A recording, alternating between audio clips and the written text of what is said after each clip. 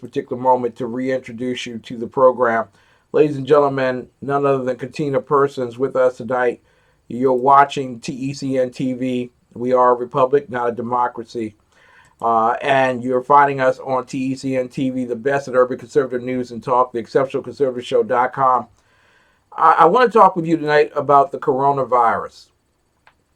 And just yesterday, we received news from Dr. Blixer, the young lady out of the White House, that the numbers that have been estimated, given to us by the model for China, virtually said that 20 to 30 million Americans would suffer from the coronavirus, and that we were looking at maybe about 2 million deaths from the coronavirus in the U.S. We are nowhere near those particular targets. I want to ask you tonight, is this overblown? And how did it get that way if it was? Did you say those numbers came from China? Yeah, that was the model for China, that the U.S. would have 20 to 30 million individuals suffering from the coronavirus, and that we would have a death rate of something like 2 million people. Can you put in that too many people that listen to anything that comes out of China? I mean, seriously. Yeah, I know. Do you really trust China with anything? Like, who trusts China? Like who is trusting China? It's absolutely insane. There is so much evidence. And listen, let me just say this. I want people, individuals, to do what's best for them and their families. Yeah. Okay? Yeah. Doesn't matter what I say, doesn't matter what you say, doesn't matter what anyone says. People should take the necessary precautions that they feel is important to keep them and their families safe. With that being, and of course, follow the laws of this state, whether we want to or not. Okay? Yeah. However, with that being said, I do believe, and the evidence supports, that this is something that is blown out of proportion by the media with the goal of upending the economy and turning the people against Donald Trump. I know people have gotten into trouble for saying that. Mm-hmm. And that's why I preface my comments that people have to make decisions that's going to benefit them. If you truly feel, or if someone truly feels that they're in danger, it should not take the government or anyone else to tell them to take necessary precautions. Mm-hmm. It simply doesn't. It's something they should do. They should take the necessary precautions for them and their family, whatever they need to do. However, this whole thing, and like I said, there's so much evidence to support. This is something that's blown up by the media. People need to stop comparing us to Italy. We don't have the same population that Italy does. Mm-hmm. We have a better healthcare system than Italy does. And everything, it's just a completely different system. You can't compare apples and oranges. It's like I tell people. You can't compare what a family of 3 does with like a family of 10. It's a completely different system. You're going to have different procedures in place. We have a much more advanced system than what Italy has in their socialist healthcare system. Exactly. They also had this thing with, I hear a lot of people saying, I didn't really have a chance to research it, but they have a lot of people coming from China living over there. And, you know, it goes back to what we were saying, what I've always said. We have to be careful with the borders and who's coming in and out of these countries. And they wanted this one world government and people just flowing. All of this is just a matter of time. Yeah. All of this is just a matter of time. And everything, when you think about it, that the progressives want for people, like they don't want people to drive cars, right? They want everybody on public transportation. Yep. Now look. Uh-huh. You know what I'm saying? They want to get rid of single-family housing. Before the coronavirus broke, I was reading and saving and sharing stories about the push to get rid of single-family housing. and kind of want everyone to either take the European approach where the government owns the homes, or just put people like on top of people. The same thing we did back in the 1800s, and what did we have in the 1800s in our cities? A bunch of diseases running rampant, right? Exactly. It's the same thing. Exactly. So the things they support are things that would make us basically sitting targets for any type of pandemic. They don't want that. They want to move all of the people into the cities, right? And not have anybody on the outside that, what are they doing now? Isolation. It's absolutely insane what they want to do. So I always tell the people, it's 100%. And they remember when this first started, Yep. they wanted you to go hug an Asian. They wanted, they got mad at Trump for, closing the borders and thought he was being ridiculous. And the Washington Post, the New York Times, they all had articles saying how crazy, it was. There was nothing to worry about. And they even made a few comparisons. And then they completely flipped it around. And then you have all of these people just jumping on board with them. And I'm more concerned about the people who are just going along with what the media has to say instead of questioning the media. And getting back to, in America, we make individual decisions for us. What's right for me may not be right for you and your family. Exactly. And we talked about that last week, about the fact that, you wouldn't allow me to come knock on your door and deliver your food to you because I've been out all day long. No.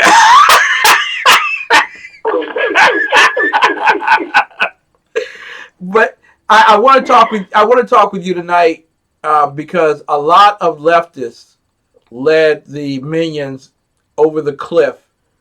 We were told that we will all be good, we will all be safe, the government would bail us all out, and now we're getting word that there are 3.3 million people that have filed for unemployment. There's an expectation of nearly 6 to 10 million next week that will follow that, because small businesses have made up their minds. We ain't got revenue, so the first people to go are the employees. And there's just not enough money in that stimulus to repair each and every small business. I know it's $500 billion, but it's not enough to supply each and every small business. I got to ask you here, do the Democrats get the hit for what happened to America's workers, or will Donald Trump pay the price for that?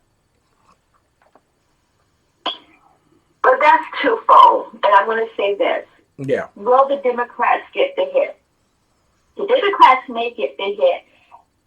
And I will say this. The reason I say they may get the hit is because after all that the media has done to pin this on Donald Trump, 5 major polls show that his approval numbers are at the highest that they've been since he's been in office.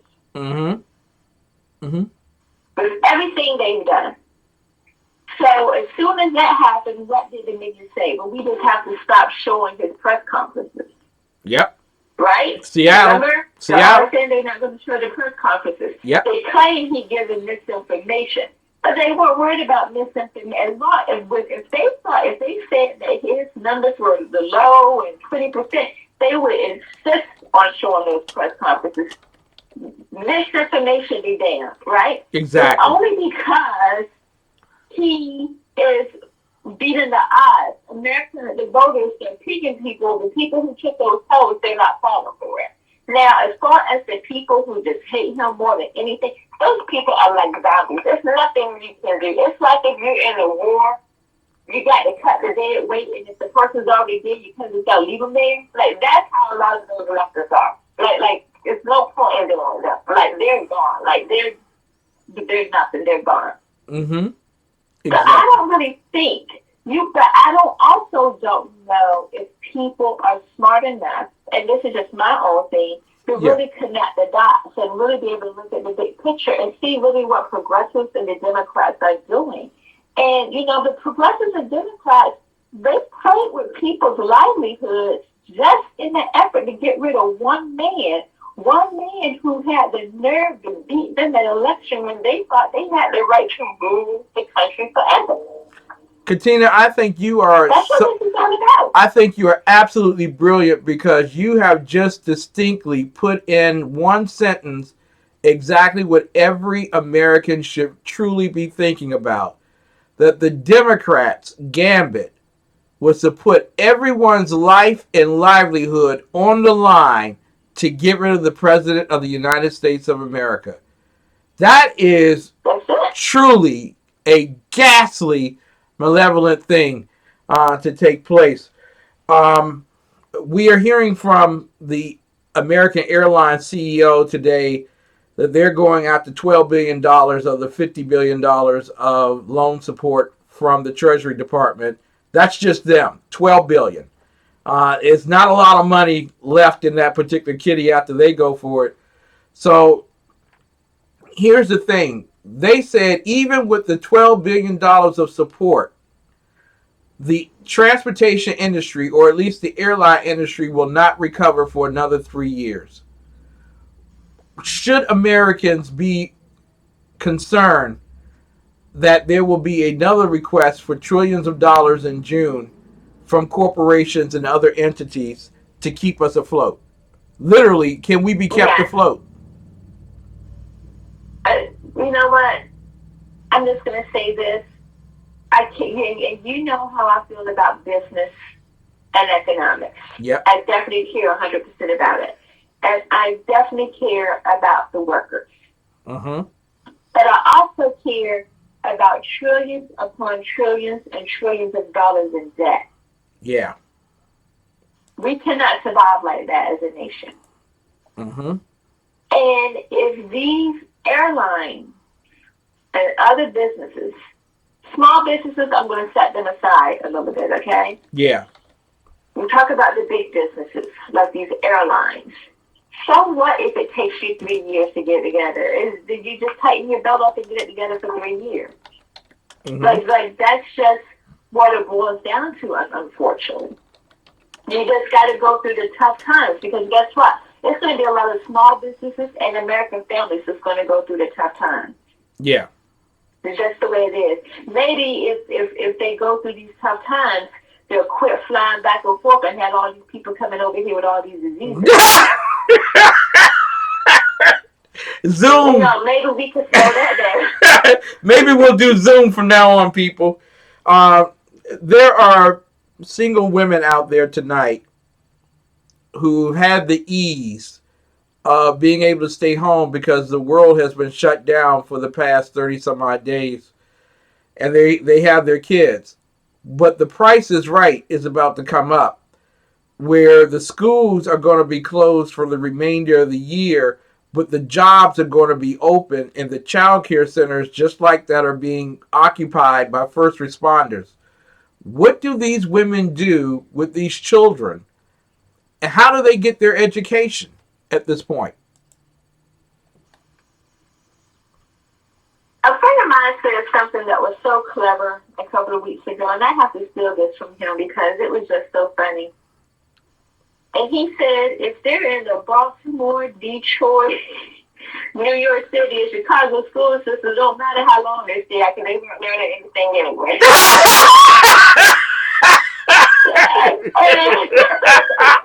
You done them a favor. And you know, and honestly, that is true. But, you know, these families are going to have to figure out something. And that goes back to something, it goes back to another thing about what I was trying to say about the airlines. It's another thing that I was going to say about the whole thing with, you know, what the media is doing and what we have to do. We have to figure it out. We don't want to have people in leadership anywhere, whether it's at the top, the middle, or the bottom, with enough critical thinking skills to figure these things out. Yeah. It's like at the end of the day, I know, like, no one expected the schools to close. But the kids are about to be out for the summer anyway. Mm-hmm. So you know you have those kids. You should have had a plan for them. And part of being a mother, a father, a business leader, or whatever, you have to adjust to change because change is the one thing about change. The one constant about change is that it's always going to happen. Yeah, I very mean, much so. change just comes. So I don't care if they have to all get together and maybe find someone who isn't going back to work because now there's going to be some unemployed people. So maybe what someone may want to do if they're going to be unemployed and you know people are going back to work, Mm-hmm. start getting your business license and things in place. The government assistance is there to help you get an in-home daycare. There you go. It may not be what you want to do, but if that's going to help bring some money in, and that's going to help get your bills paid because they cost a lot of money to have these in-home daycares, you're going to have the government helping people, plus the government's going to help you. Go ahead on and get that business going. Go ahead and have it done regionally. You know, people are going to start having to think outside of the box There as you to go. what they want to do. I They're going to have to find something, and if you can't find someone, sometimes it's good that maybe they have to start it themselves. Let the mothers get together and say, okay, let's just find someone, interview them, make sure they're going to be good with the kids. And, you have to come up with a plan because these things happen. You have to come up with a plan. Yeah, because we're talking about possibly 13 million people being unemployed by next week in America, and we know that 13 That's million. so scary. Yeah, it is. 13 million people are not going to get back to work in June. It just it. I'm sorry to tell you. I know that we want to open up business in America for Easter, and I believe in that too. I think it's a little too late for Easter. I think we should open it up on Monday. But the bottom line is, it's going to take us a little while to find employment for people. Do you believe that the government should pay people's mortgages and utility bills until we get through this particular situation and circumstance? No, I as hard as that is, because I know if I was in that situation, I wouldn't have to understand. But I just think that it should be done the way it should have just always been done when people lost their jobs through unemployment, because that's what that money is there for by the states. Mm-hmm. If anything, maybe the federal government could have given the states a little more cushion room, Yeah. right? Yeah. But what people have to do, and they have to take this time, because I know even I'm going to try to take advantage of this time and work with people and help them. You always have to have a plan. It's like I tell people, I didn't really have to run out and buy a whole bunch of stuff when all this first happened. When people were running to the grocery stores and buying up all the toilet paper that they were going into a bunker for the rest of their life and didn't want to use the leaves. I 100% get that. But you know why I really didn't have to buy a lot of stuff? Why is that? Because in my life growing up, I had times when I had plenty and I had times when I had lack. Mm-hmm. And when you experience lack, like Mm-hmm. like the kind of lack I experienced, you learn how to put stuff aside because you know that it may come a time when you don't have it. Nah, Katina. And you don't have that money. Nah, Katina. But you're going to need some stuff. Everybody So I've believes. always been one to put stuff aside. Exactly. But Katina, they look at you and they think every day has been a crystal clear day for you. You never had any issues, no problems whatsoever. Yeah. No. It don't work. I know lack. Exactly. Okay, I know about lack. Now. So, trust me, I would sit here with a bunch of toilet like just because you just never know. And I want you to know, Katina was outside the police station last night selling it for $5 a roll. $5 a roll. Hey, look, don't put it past me because I do flip things. Here's a. I am a capitalist at heart. There you go. I love it. Here's the final question for you tonight. I've been looking at the women who are broadcasting over the past 2 weeks that the salons have been shut down. And I've noticed